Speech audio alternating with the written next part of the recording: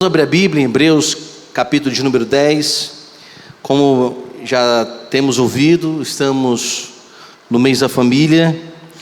De manhã nós ouvimos pelo presbítero Lucas sobre a importância de ser um filho obediente, e ele também nos colocou algumas ações que tanto pais como também filhos devem tomar em relação ao temor ao Senhor. E algo que ele disse também durante a sua ministração sobre a importância dos filhos obedecer aos seus pais, assim também por amor a Deus. Mas antes de nós lermos, eu quero fazer uma recomendação, meus irmãos, de um livro. É um livro que dá para ler até em um dia. A Família na Igreja. Scott, ele vai trazer a importância da família estar na igreja. E como nós, como pais e filhos, podemos ser cativados a amar a igreja do Senhor Jesus Cristo. Hoje muito se ensina a desimportância de estar na casa do Senhor. Alguns falam, eu sou igreja, não preciso estar na casa do Senhor porque sou igreja. Nós cantamos hoje à noite que nós somos templos, nós somos moradas do Espírito Santo. É verdade. Mas ninguém pode ser constituído igreja sozinho em casa. Igreja não é algo individual, no sentido de que eu não preciso estar na igreja, eu não preciso ir à igreja, porque eu sou igreja. Nós somos membros de um corpo, e para nos tornarmos igreja, precisamos estar reunidos, congregados entre os irmãos. Então aqui, eu recomendo, tá, meus irmãos? Tem um prefácio de Paul Washer. É um livro muito fácil de ser lido, muito rápido.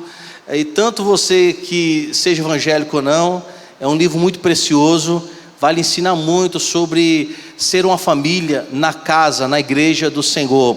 E aqui ele fala 20 dias para transformar sua experiência na igreja local. E eu recomendo também aos amados irmãos, um livro muito precioso para a glória do Senhor. Hebreus capítulo de número 10, mesmo assentados, versos de número 19 em diante, vai estar escrito assim. Hebreus 10, versos 19 em diante. Portanto, meus irmãos, tendo ousadia para entrar no santuário pelo sangue de Jesus, pelo novo e vivo caminho que ele nos abriu por meio do véu, isto é, pela sua carne, e tendo um grande sacerdote sobre a casa de Deus, aproximemo-nos com um coração sincero, em plena certeza de fé, tendo o coração purificado de má consciência e o corpo lavado com água pura. Guardemos firme a confissão da esperança, sem vacilar, pois quem fez a promessa é fiel. Cuidemos também de nos animar uns aos outros, no amor e na prática de boas obras. Não deixemos de nos congregar, como é costume de alguns. Pelo contrário, façamos admoestações, ainda mais agora que vocês veem o dia se aproximando, ou algumas versões, o dia que se aproxima. Porque se continuarmos a pecar de propósito, depois de termos recebido o conhecimento da verdade, já não resta sacrifício pelos pecados. E obrigado pela irmã Nizama, pelas orações. Que Deus aplique também a sua palavra e que eu seja esse instrumento de Deus para os amados irmãos. Meus queridos, apesar que muitos consideram o livro de Hebreus, ou a carta aos Hebreus, uma carta assim um pouco difícil para ser entendida, mas ela traz muitos ensinamentos. É interessante que essa carta de Hebreus, ele vai falar muito sobre a pessoa de Jesus Cristo, sobre a suficiência de Jesus Cristo. Essa carta vai mostrar quão precioso é esse Jesus que morreu na cruz por nossas vidas. E vai mostrar também a cada um de nós que a sua morte, uma vez morto, ressurreto, não há necessidade mais de ninguém, por mais boa pessoa que seja, mais honesta pessoa que seja, sabe pensar naquela pessoa que é gente boa, até debaixo d'água, você quer estar, olha que pessoa maravilhosa. Pois bem, nem essa boa pessoa, ou maravilhosa pessoa, ou alguém que você considera e tem muita estima, teria o poder, a capacidade de morrer na cruz pelas nossas vidas. Nenhum ser humano, de gerações antigas, de gerações presentes, ou de gerações futuras, por mais que essa pessoa seja legal, gente boa, honesta, direita, correta, não poderia substituir a morte de Cristo na cruz. E a carta vai mencionar muito isso a respeito, sobre quem é Jesus para nós. E perceba uma coisa interessante, que essa carta vai falar de forma específica, é claro, aos judeus, mas a todos nós, porque os judeus adoravam muito a esse Deus Criador, faziam muitos sacrifícios antigamente, pegavam animais, sacrificavam animais em relação aos seus pecados, e eles criam que a partir do momento que um carneiro, uma ovelha, uma pomba, dependendo da situação financeira, ofereciam sacrifícios ao Senhor, eles todos os anos faziam isso. Mas a partir de Jesus Cristo, o Filho do Deus, o Pai, o Deus maravilhoso, que como diz as Escrituras Sagradas, que Ele enviou o seu Filho amado Jesus Cristo para morrer por todos nós, Ele se entregou por nós, o Senhor Jesus Cristo se doou por nós, é o sacrifício excelente, supremo, maravilhoso, e agora não há necessidade de ninguém mais sacrificar, porque o que Ele fez por nós é suficiente, é exato, poderoso e é maravilhoso. Então o livro de Hebreus, a carta de Hebreus, vai falar muito sobre essa obra de Cristo, incomparável, uma obra maravilhosa. Mas o que podemos aprender então com a leitura que nós acabamos de fazer? O tema, meus irmãos, se formos dar hoje para essa mensagem, seria a importância da família, ou a importância de convivermos como família na igreja, e eu quero contextualizar esse texto às nossas vidas.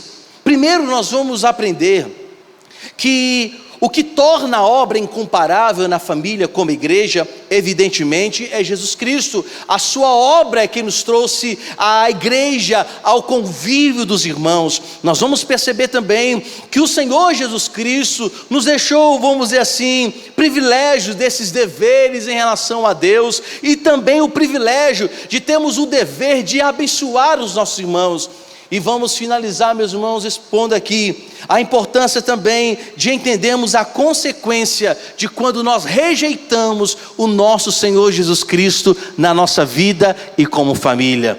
Perceba uma coisa, verso de número 19, estará escrito o seguinte, você pode deixar a Bíblia aberta, ele vai dizer: portanto, meus irmãos, tendo ousadia para entrar no santuário, pelo sangue de Jesus, pelo novo e vivo caminho, que Ele nos abriu por meio do véu, isto é, pela sua carne. Verso 21, e tendo um grande sacerdote sobre a casa de Deus. Percebam, ele vai dizer que, portanto, uma conjunção conclutiva, que vai concluir toda a obra, o sacrifício de Cristo. Ele vai dizer, olha, Cristo morreu, Cristo Ele se doou, Cristo, meus amados, Ele veio a este mundo e se entregou por nós. E agora, o que nós vamos fazer? Quais são as ações agora, a partir do momento que tomamos o conhecimento que Jesus Cristo morreu na cruz, se fez pecado por nós, ressuscitou, viva está, e agora o autor vai dizer que existe uma responsabilidade nossa em relação às ações de Cristo na cruz, que agora, a partir do momento em que tomamos o conhecimento que Ele morreu, ressuscitou, e deu a todos, meus irmãos, aqueles que creem, o poder de serem chamados filhos de Deus, e agora, Ele vai dizer, portanto, agora a ação é nossa, agora quem tem que tomar uma atitude somos nós, diante do que estamos ouvindo, estamos vendo. Agora eu sei que Jesus Cristo morreu na cruz, que Ele nos regenerou, nos limpou, nos sarou, nos tirou do império das trevas, nos transportou para o reino da sua luz. O que devemos entender agora? Que hoje, que antes nós éramos inimigos de Deus, mas a partir de Jesus Cristo, agora nós somos amigos de Deus. E para nos tornar amigos de Deus e entender o seu sacrifício na cruz, e que nós não devemos considerar um sacrifício em vão, portanto, meus irmãos, precisamos ter essa ousadia, o desejo, o querer, a ação de não apenas contemplá-lo como Senhor Jesus Cristo, mas tê-lo de fato em nosso coração e experimentar verdadeiramente a graça do nosso Pai. Precisa haver também disposição nossa. Portanto, irmãos, precisamos ter ousadia para entrar no santuário. E esse entrar, o acesso a esse santuário, ao coração, se podemos dizer assim, do Pai, evidentemente que isso só ocorre por causa de Jesus Cristo, por causa do sangue derramado na cruz. Ninguém consegue ter acesso ao Pai se não tiver Jesus Cristo, e precisamos realmente desejá-lo, querê-lo, precisamos tê-lo em nosso coração, porque à medida em que nós ousadamente temos essa comunhão com Jesus Cristo, ousadamente, corajosamente, abandonando os nossos pecados, abandonando a nossa vida que está fora da vontade do Senhor, agora podemos ter acesso a esse santuário. Por que o autor diz isso? Porque antigamente somente o sacerdote podia ter acesso ao Santo dos Santos, ao acesso em que eles estavam ali orando, pedindo ao Senhor pelos pecados do povo. Agora, por causa de Cristo Jesus, podemos ter acesso ao nosso Pai, porque diz as Escrituras, Ele é o caminho, a verdade e a vida, e quem vem ao Pai, se não for por Jesus Cristo? Assim disse Ele. Então perceba o que o autor está dizendo, que antes de nós entendermos a importância da casa, da família, precisamos ter essa consciência, de ter essa ousadia, desse querer. Hoje nós temos uma turma aqui, do pessoal do QAP mesmo, né? Do TAF, né? QAP é a sua turma? É Suélio. Eu não posso sugerir para no final do culto comer pizza não, né? Suélio vai pagar uma salada para cada um. Ele vai comprar ali, né, um alface e vai dar uma folha para cada um, para não perder, né? Mas quando vocês, ou quando nós desejamos algo, não foi assim o pessoal da turma? Desejaram passar em um concurso, e precisavam nessa etapa fazer um exercício, para serem aprovados.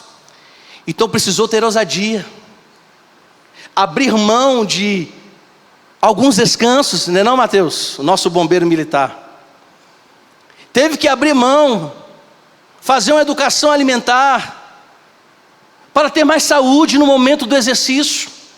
Ou quando alguns de vocês precisaram prestar um concurso público, e precisou estudar, abrir mão de vez em quando de alguns sonos, se esforçarem, talvez irem para outros estados, outras cidades.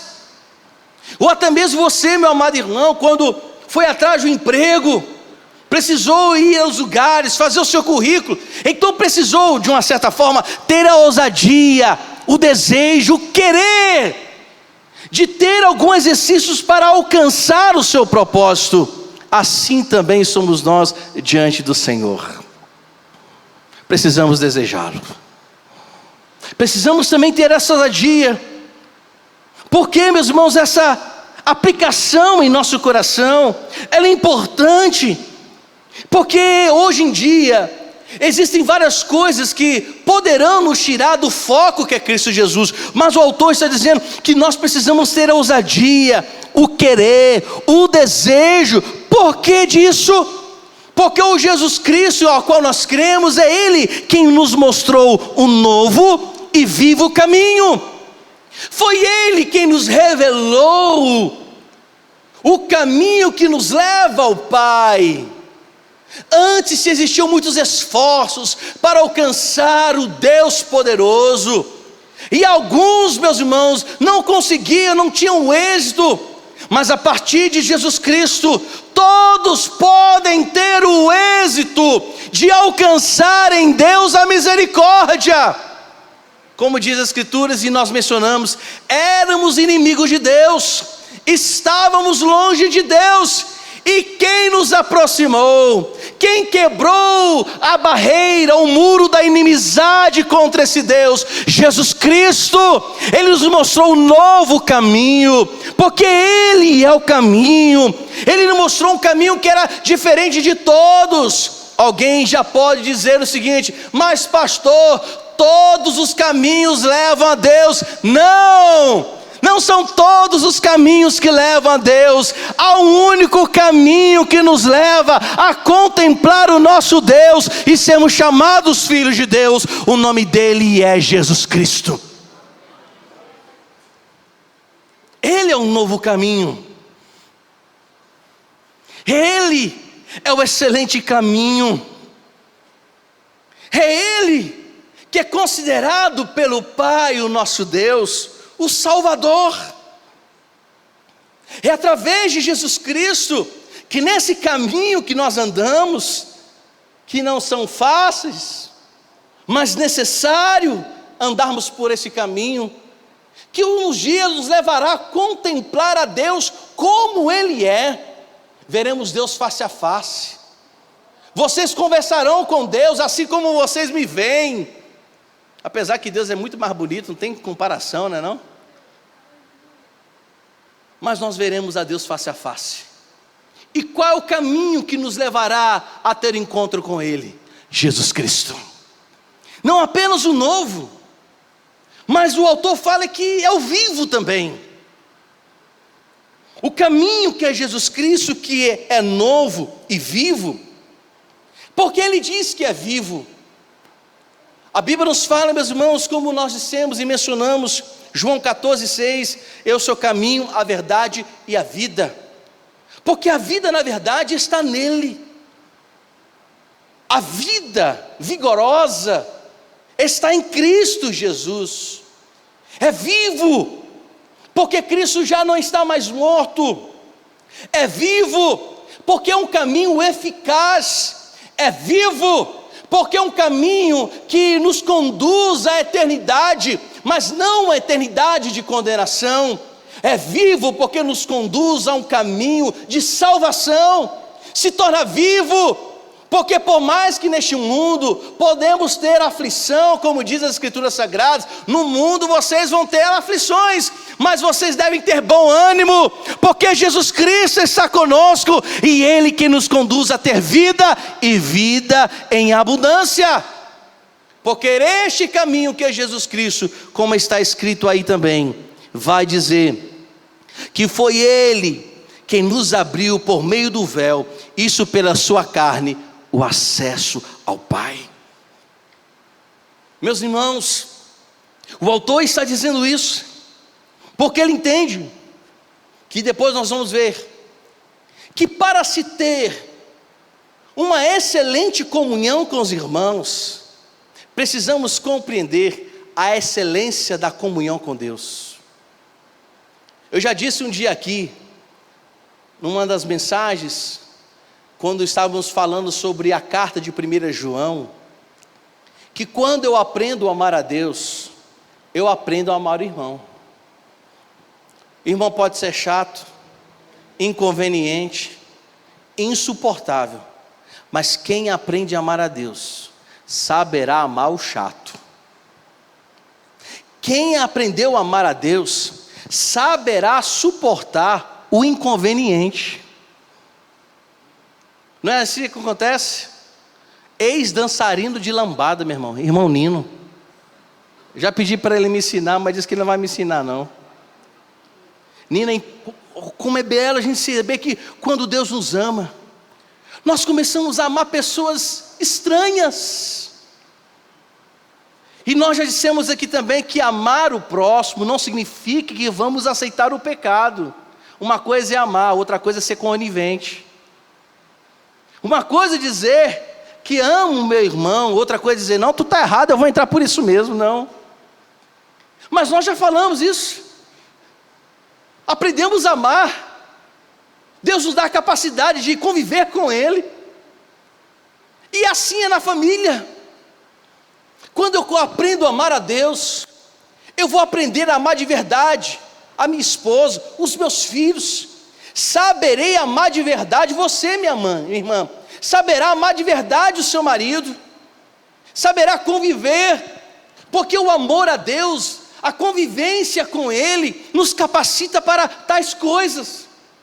E quando nós percebemos que Jesus Cristo é quem abre o caminho, foi Ele que nos deu acesso a este Pai, foi Ele que nos possibilitou de ser filhos de Deus, saberemos então que este grande amor é sobre nós, e amando ao Senhor Deus, saberemos que Ele é o nosso Senhor em todas as coisas. Por que Ele vai dizer isso? Porque agora no verso de número 21, Ele vai aplicar. Se já temos a consciência que há um Deus poderoso, e Jesus Cristo foi quem nos possibilitou ter acesso a esse Deus, verso de número 21, então nós vamos ter o entendimento que na casa de Deus, quem é a casa de Deus? Ou que lugar é a casa de Deus? A casa de Deus é a igreja. A casa do Senhor são os irmãos congregados. A casa de Deus não é o nosso lugar onde que nós dormimos. Ah, pastor, como já disse inicialmente, eu sou a igreja. Não há necessidade de estar no lugar onde os crentes, onde os irmãos se reúnem. A casa do Senhor, tanto no Antigo e no Novo Testamento, nós vamos perceber que é atribuído na junção, no reunir, na congregação, na reunião de irmãos, em um lugar em que se reúnem para adorar ao Senhor. Pois bem, se eu sei que Jesus Cristo é meu Senhor, que Ele me deu acesso ao Pai, agora vai nos trazer entendimento sobre que esse Jesus Cristo é o grande sacerdote dessa casa. Paulo escrevendo para os Colossenses, capítulo de número 1, você vai ver escrito lá, quem é o cabeça da igreja? Quem é o Senhor dessa igreja? Sou eu? Não, meus queridos, eu não sou o Senhor dessa igreja, eu não sou o dono de vocês, nenhum de vocês é propriedade particular minha, não existe nenhuma escritura que vocês assinaram, dando a mim o poder sobre a vida de vocês. Quando nós nos tornamos membros, ou congregamos na casa do Senhor, vocês não estão dizendo para o pastor que ele manda na vida de vocês, ao contrário, se o Senhor nos colocou como pastor, nos colocou para servi-los como liderança, para diante da graça do Senhor, da misericórdia do Senhor, ser instrumento para orientar, em momentos evidentes que a gente usa no bom sentido a vara. Ô meu filho, não vai por esse caminho não. Mas o Senhor dessa igreja, o cabeça dessa igreja, o comandante dessa igreja é Jesus Cristo, o nosso Salvador. E Ele vai falar aqui, nós temos um grande sacerdote, e é por causa dele, meus irmãos, que a igreja continua de pé. É sobre a casa de Deus, a família do Senhor. É quando nós nos reunimos e nós entramos para cultuar ao Senhor. Ele vai dizer no verso de número 21, temos um grande sacerdote. Ele não é apenas o nosso Senhor e Salvador, mas é o nosso cabeça, é o nosso sacerdote, que nos leva, que nos conduz sempre de volta ao Pai, para observarmos o Pai.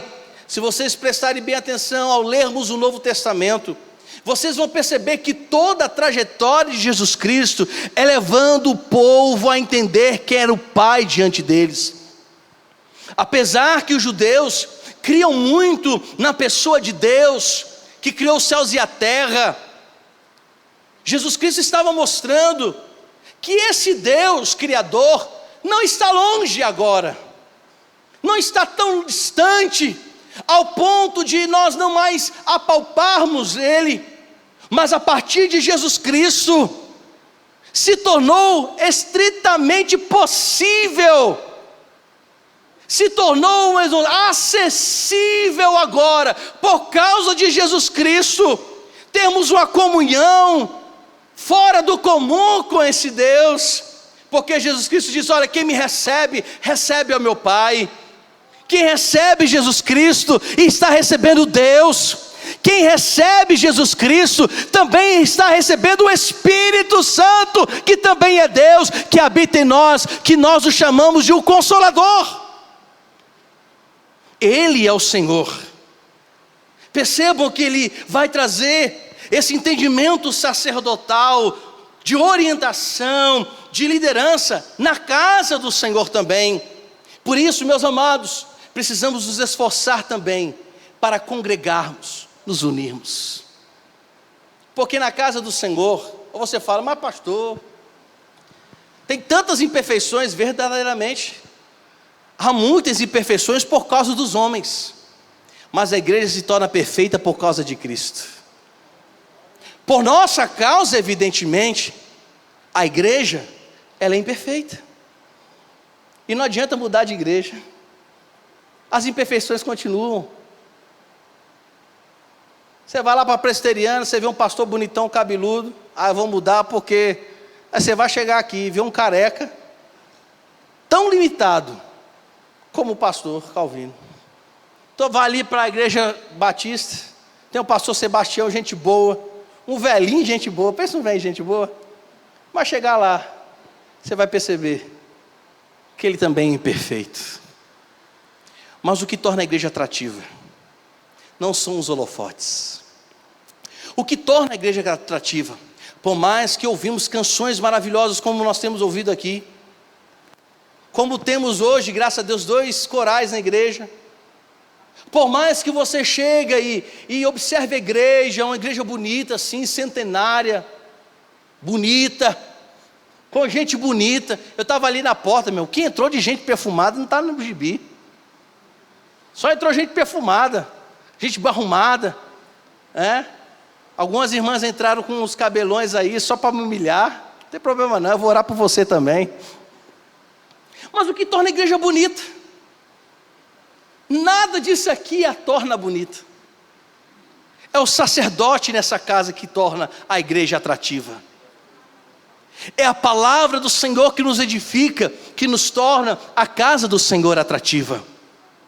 Um dos desejos, meus irmãos, sempre gosto de estar na casa do Senhor, evidentemente, é por causa de Cristo. Eu amo o Senhor Jesus Cristo. E eu não venho apenas pelo compromisso de ser o pastor dessa igreja. Apesar por ser pastor, tenho responsabilidades. Mas o que mais atrai vir à casa do Senhor é Jesus Cristo. Sabe outra coisa que me atrai muito, meus irmãos? Por isso que eu amo estar na porta, são os amados irmãos. Porque estar na casa do Senhor é muito bom. E quando acaba o culto, meu irmão, aquela zoada de gente conversando, os irmãos não têm ideia como isso alegra o meu coração. Porque isso é a casa do Senhor. Pessoas imperfeitas, reunidas, adorando o perfeito. Pessoas com vários comportamentos. Pessoas com várias emoções. Estamos diante daquele que é perfeito, por isso que ele é chamado aqui, o grande sacerdote da casa, da igreja, é Jesus Cristo. Diante disso, o que ele também nos ensina, verso de número 22. Já que temos um grande sacerdote sobre a casa de Deus, que é Jesus, o que devemos então fazer? Falamos que a atração da igreja é Cristo. Verso 22, por essa causa, aproximemo-nos com o coração sincero, em plena certeza de fé, tendo o coração purificado de má consciência, e o corpo lavado com água pura. Guardemos firme a convicção da esperança, sem vacilar, pois quem fez a promessa é fiel. Olha a construção que o autor está trazendo. ele nos mostra a eficiência, claro, no capítulo todo, de Cristo, a sua morte. E agora mostra a beleza e a importância de nos aproximarmos de Deus, de termos a consciência que Ele morreu, que Ele é o grande sacerdote. Diante dessa consciência, então o que eu devo fazer? Quais são as minhas ações diante desse conhecimento que eu tenho? Nos aproximar diante dEle, mas não de qualquer maneira, com o coração sincero, com o coração rasgado, com o coração aberto. Quantas vezes, meus amados, nós chegamos na casa do Senhor e já chegamos armados, no bom sentido, aos policiais. Chegamos com o coração tão armados, e sabe, um coração assim já crítico, um coração já, sabe, já chegando à igreja para observar o que eu vou criticar. E quando nós adoramos o Senhor no momento do culto, né, dessa reunião, muitas vezes o nosso coração não está sincero diante de Deus. Ele está muitas vezes cheio de amargura por causa de fulano e ciclano. E meus irmãos, e como é terrível estarmos num ambiente com o coração amargurado por causa de alguém. Eu já disse aqui que você pode estar em Dubai, nas Ilhas Canárias. Você pode estar lá em Balneário Camboriú. Você pode viajar aqui para Porto de Galinhas. Você pode estar no melhor lugar, espetacular lugar, em qualquer parte deste mundo. Você pode estar em Marte. Mas se chegar ali uma pessoa que você percebe que o seu coração está amargurado por causa dela, o lugar já se torna um lugar ruim, indesejável. Você fica tão incomodado que não quer ficar mais ali. Não deve ser assim diante do Senhor. Apesar que chegamos muitas vezes tristes, amargurados diante dEle, tivemos uma semana difícil, mas Ele fala, se aproxime diante dEle, sincero, rasga o seu coração diante dEle, abra, se aproxima. Lembremos que no verso 19 fala que temos que ter ousadia, a coragem de tomar essa atitude, de chegar diante dEle. Ele agora no verso aqui, 22 até o 23, vai nos mostrar que precisamos de fato estar diante dEle sinceramente, porque de Deus não tem como esconder as coisas, meus queridos. Não há como se esconder de Deus. A Bíblia nos fala no Salmo 139, se eu subo ao mais alto monte, ou contextualizando os dias de hoje, você pegar um foguete na NASA, ir lá para Júpiter, Urano, ou o que seja, Deus está lá. Se você quiser fazer a sua cama no mais profundo abismo, e a ideia do abismo aqui está falando, por mais que você morra, por mais que você seja enterrado, não tem como se esconder de Deus, porque ali também Ele estará. Então qual é o que devemos fazer? Chega sinceramente diante dEle, Senhor, olha, não está beleza não, eu preciso de Ti, eu preciso ser sincero com Deus, Senhor, olha como está a minha condição.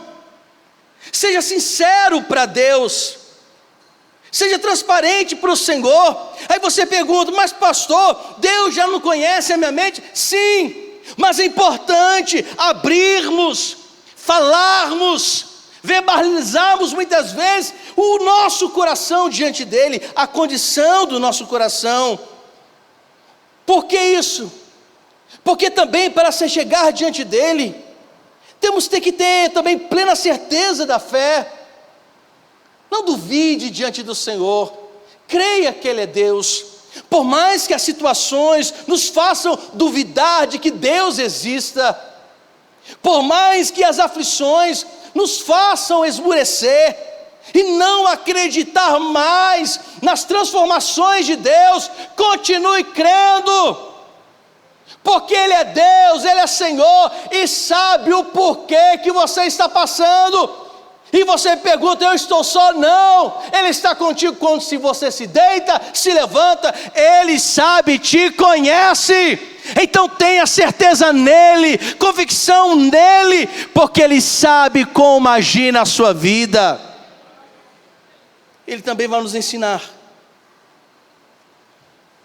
que precisamos ter um coração purificado da má consciência. O coração aqui, meus irmãos, apesar que o entendimento que nós temos é em relação às emoções, mas está falando sobre em relação à própria consciência. O autor está dizendo que nós não devemos ter uma consciência má, uma consciência que já deseja o mal. Eu não sei se você já percebeu que existem pessoas que só enxergam a maldade nas coisas. Tudo para ele não está bom. Você conhece alguém assim? Que só reclama? Que só maquina a maldade? Ele está dizendo que devemos ter a nossa mente purificada. Uma das coisas que Paulo escrevendo à igreja de Corinto, você poderá observar isso em 1 Coríntios, uma carta de Paulo, que ele vai dizer que precisamos ter a mente de Cristo, que precisamos buscar o Senhor, nos purificar nele, buscar santidade. O que é santidade? Buscar se desfazer, abandonar aquilo que não é bom para nós, que nos afasta de Deus, abandonar tudo e qualquer coisa que nos tire, sabe, o foco nele, a visão nele, assim também como aconteceu com Pedro. O Evangelho de Mateus fala que o Senhor Jesus Cristo manda os discípulos irem para o alto mar. Eles vão, Jesus Cristo está ali na beira da praia conversando, porque houve a multiplicação de pães e peixes, mas o Senhor diz: vão para o outro lado, meu filho, no mar de Genezaré. E de repente ali Jesus Cristo está conversando, porque queria na verdade orar sozinho, mas a multidão não deixava. Mas ele sobe, depois de ouvir a multidão, sobe para orar. E no Evangelho de João, diz a palavra do Senhor, sobre o mesmo contexto da história dos discípulos no mar, que o Senhor Jesus Cristo percebe que há um perigo, que alguma coisa está acontecendo com os discípulos. E o que Jesus faz? Ele vai andando por sobre as águas.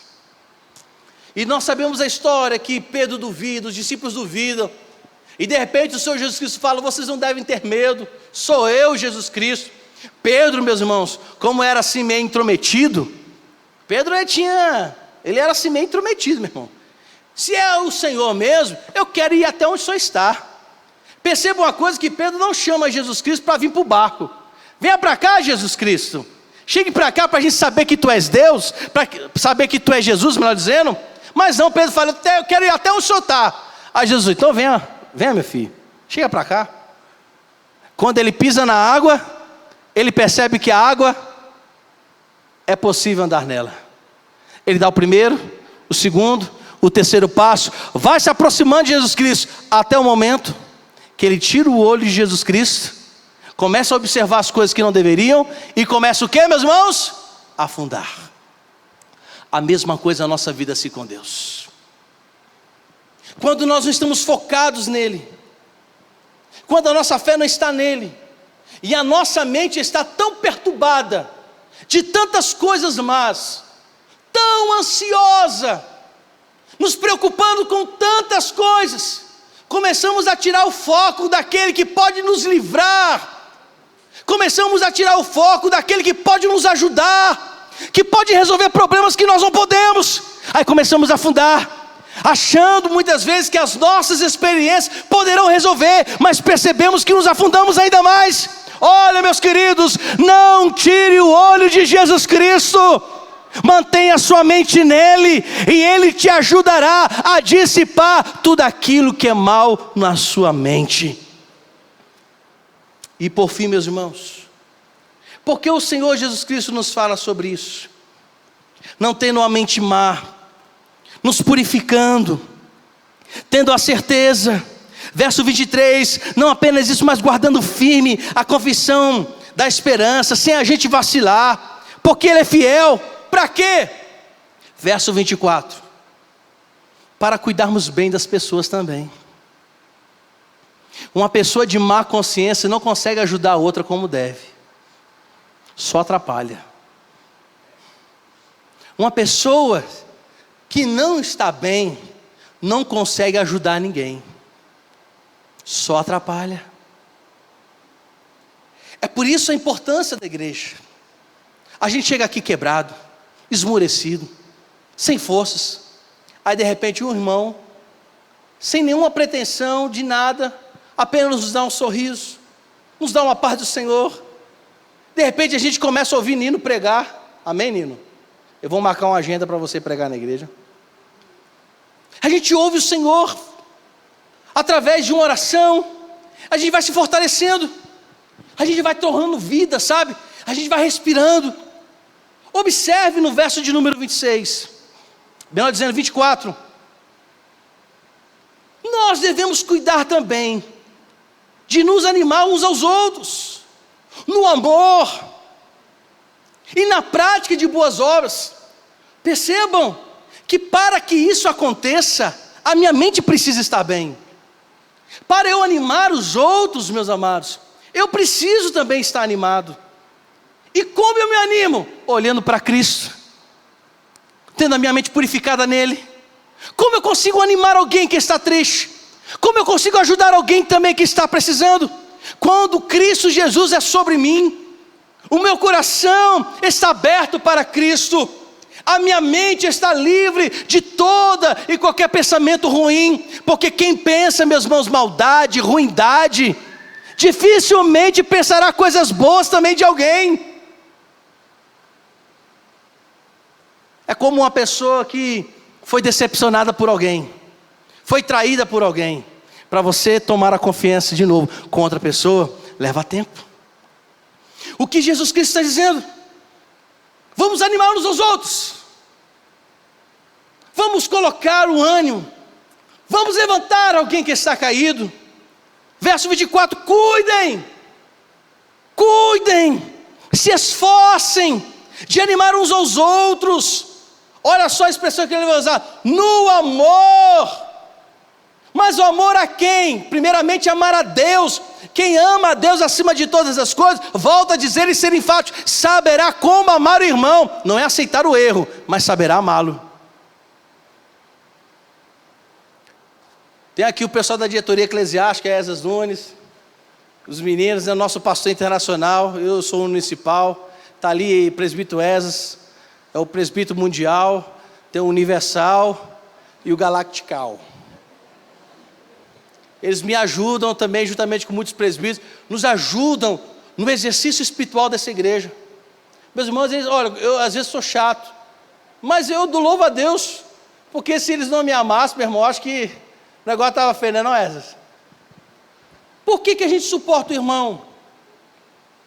Por que a gente consegue ouvir 2 horas o amado irmão? Porque o amor nos faz isso, querer o bem, querer o melhor. Quando nós amamos verdadeiramente, nos alegramos com a conquista das outras pessoas, não nos tornamos ladrões de alegria, porque hoje em dia o que tem gente que é ladrão de alegria, não está no gibi. Tu pastor, tu não vai conseguir não, meu filho, o negócio lá é difícil. Passou o neném, vai fazer medicina, não é não, Mateusão? Rapaz, tu não vai conseguir não, porque tu não tem capacidade. Aí não chega assim, olha, rapaz, tu está nesse emprego, tu não vai aguentar uma semana. Ladrões de alegria. Mas quem tem Cristo no seu coração, saberá animar o irmão. Ele não busca barreiras, ele busca soluções para ajudar. Ele não busca, meus irmãos, impedimentos. Ele busca estratégias divinas para abençoar a vida do irmão. Mas isso tudo se faz como? Quando Cristo está em nós, quando a sua palavra vive em nós, quando o nosso coração está puro diante dele, quando o nosso coração está aberto para Deus, quando nós temos a plena convicção que é um Deus que faz coisas impossíveis acontecer, melhor dizendo, faz coisas possíveis, porque para Deus nada será impossível. Eu lembro quando o Mateus chegou aqui pedindo oração para o bombeiro militar, eu perguntei, são quantas vagas, Mateus? Inicialmente ele falou que era 40, né? Eu perguntei de novo, são quantas vagas? 40, pastor? Não, são 39. Porque uma já é sua. Ele está ali, ó. Imagina chegar, Mateus, é muita gente. É o Brasil inteiro se bobear. É a Paraíba inteira. Não dá conta assim, gente. Porque a nossa esperança vem do Senhor. A solução vem dele. Precisamos animar uns aos outros. Comandante Suélio fala como é que é a palavra, como é que é, comandante? Dá uma voz aí de grito aí, meu filho. O negócio de que é rasta, como é que é? A palavra convence e o exemplo arrasta. Meus amados, animemos uns aos outros. Vamos fortalecer uns aos outros. Já estamos cheios de tantas coisas, de tantos impedimentos. A mídia está lotada, repleta de más notícias, muitas vezes sensacionalistas, impondo terror. Qual é o papel de nós como igreja, de nós como irmãos em Cristo? Animar uns aos outros. É isso que o autor está dizendo. Animemos uns aos outros. Verso 24. No amor, na prática de boas obras, com bons exemplos. Verso 25. E fazendo o quê? Não deixando de congregar, não usando de situações para não ir mais à igreja, porque ultimamente a justificativa antes era a Covid. Eu não vou na igreja por causa da Covid. O que eu vi, irmãos, no shopping center, disse que não vinha. Não, pastor, como que se a Covid estivesse só na igreja, né? Mas o povo estava viajando para outros lugares, ficando em outros lugares, mas na igreja não. Melquisedeque, quantas vezes a gente usa situações na igreja para dizer, eu não quero ir mais para a igreja. O pastor não me cumprimentou, o irmão olhou o troncho para a minha cara. Não, meus irmãos, porque se somos instrumentos de Deus para animar, nós não podemos usar da justificativa de não mais congregar. Eu não vou porque hoje o dia é difícil. Mas se você precisar de 5 horas da manhã e estar no teu trabalho, falta no teu trabalho para você ver se não vai ser mandado embora. O autor está dizendo, congregamos, nos reunamos na igreja, na casa de Deus, não deixemos de congregar. Pastor, eu trabalho a semana inteira, acordo o dia inteiro cedo, e quando chega no domingo, eu quero tirar um dia para dormir, há meses já não vem na ceia do Senhor. Meus irmãos, nós não podemos usar desculpas. Jesus Cristo não usou desculpa para morrer por nós. Percebeu que todos nós éramos pecadores, longe de Deus, mas Ele não usou de justificativa para não morrer na cruz por nós. Ele, sabendo que nós éramos pecadores, foi à cruz, foi, meus irmãos, espancado, foi humilhado, mas Ele fez porque nos amou primeiro, sabia, meus irmãos, das nossas condições, mas Ele em momento nenhum olhou para trás. Houve um momento que Ele estava triste no Getsemane e disse, Senhor, se possível, tira de mim o cálice, mas em tudo seja feita a tua vontade. Ele foi até a cruz por amor a mim e você. Por que Ele diz isso? Porque estando animados, não deixemos congregar, como é costume de alguns, usando costumes. Eu não quero mais a igreja, não. Vem à casa do Senhor, animados para animar, encorajados para encorajar, cheios de Deus para tornar as pessoas, pelo exemplo, cheias também do Senhor. Por quê, meus irmãos? E aqui eu finalizo a mensagem. Por que Ele diz isso? Porque Ele vai falar o seguinte, no final do verso 25. Pelo contrário, façamos admoestações, ainda mais agora que vocês veem que o dia se aproxima. Que dia Ele está falando? Que dia é esse? O dia do domingo? O dia 31 de dezembro, quando todo mundo está reunido? Gente que quer ter paz se veste branco, gente que quer ter dinheiro se veste de ouro, de dourado, amarelo. Gente que está esperando se veste verde. Não, Ele está falando do dia do arrebatamento, do dia do Senhor. Um dia Ele virá e chamará o seu povo. E qual é o melhor lugar para nos reunirmos e sermos fortalecidos para esse grande dia? Na casa do Senhor, animando uns aos outros, não desencorajando, não impedindo os outros, não falando que é ruim, não, mas sendo uma ponte construída por Deus, para levar as pessoas a congregarem, para que juntos, naquele grande dia, quando o Senhor chamar, todos nós fortalecidos pela glória, pela graça, misericórdia e poder do Senhor, aguardando o dia. Infelizmente, Esse dia do arrebatamento para alguns será um dia terrível. Contemplarão a maravilha do arrebatamento, mas estarão tristes, porque não foram. Para outros, será um dia memorável, um dia gracioso, em que os nossos corpos limitados, pecadores, problemáticos, corpos como os nossos hoje doentes, serão transformados em corpos glorificados, sem pecado, sem dores, sem nada. E com esse corpo glorificado que vai acontecer no dia que Jesus arrebatar o seu povo, veremos Jesus Cristo nos altos, chegaremos diante dele. E para quê? Para morarmos em um lugar que ele preparou para cada um de nós. E nós chamamos ele de Nova Jerusalém, a cidade que Deus preparou. E diz a palavra do Senhor que lá não há choro, lá não há ranger de dente. Márcio Daniel, vamos cantar aquela mesma música que vocês cantaram aqui no oferta. Lá não haverá luto. Hoje, meus irmãos, tivemos a notícia que a sogra de irmão Gilberto faleceu. Essa semana tivemos a notícia desse jovem Márcio Daniel, né? O seu pai também se foi, mas está aqui, meus irmãos, fortalecido pelo Senhor. Nós não teremos mais isso lá. Ninguém vai chorar porque perdeu alguém. Ninguém vai mais sentir dor, porque estaremos diante de Deus, o nosso Pai, conversando com Ele. Jesus Cristo estará ao nosso lado, fisicamente, palpavelmente. Veremos Ele como Ele é. E essa deve ser a nossa esperança. Por isso, olhemos para Jesus e não abandonemos de forma nenhuma a esse Jesus Cristo. Convido você a se colocar de pé. Eu peço que vocês cantem novamente aquela última música que se cantaram a oferta, falando sobre esse Jesus Cristo. Esse Jesus Cristo que é maravilhoso. Esse Jesus Cristo que é grandioso.